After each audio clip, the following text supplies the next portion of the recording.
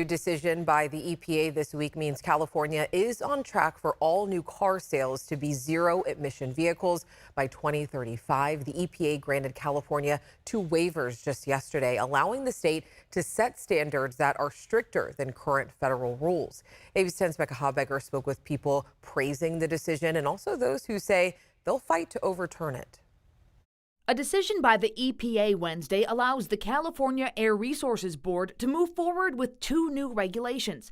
One will require manufacturers to comply with more stringent emission standards. The other requires an increasing number of clean vehicles be delivered for sale each year. By 2035, all those vehicles must be zero emission, which includes the option to sell plug-in hybrid vehicles.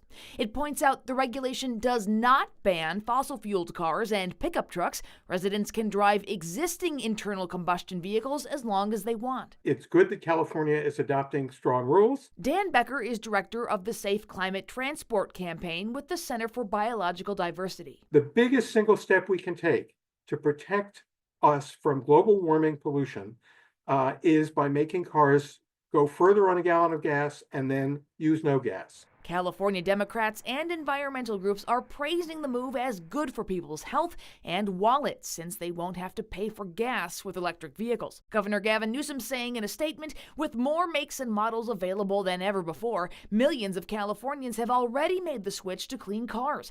Automakers and manufacturers have made it clear they intend to stick with California and consumers as we move toward clean cars that save people money.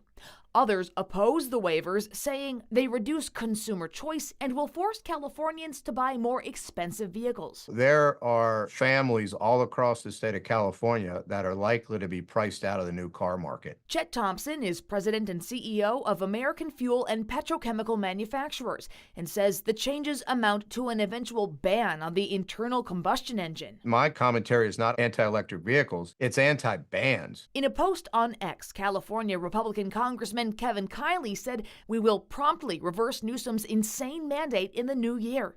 But can Republicans do that?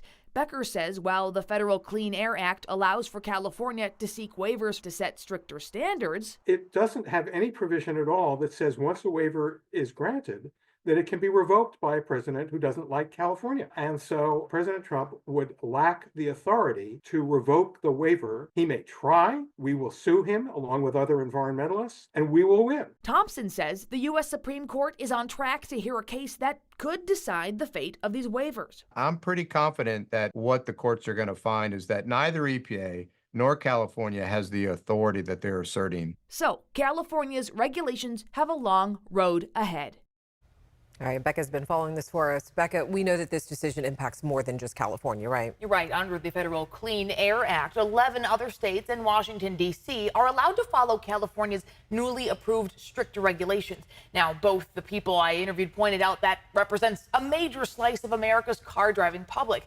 Somewhere between 30 and 40% in states now given the green light by the EPA to phase out the sale of gas-powered cars by 2035. All right, Becca, thank you so much. And we know that a decision is likely to face some legal action. Oh, yeah, for sure. You know, on the executive side, I mean, these experts were telling me that President Trump has promised to try to undo these changes. And then, of course, likely we'll see it battled out in the courts as well. Yes, and we'll always keep you updated, Becca. Thank you so much. It is a story that is always developing.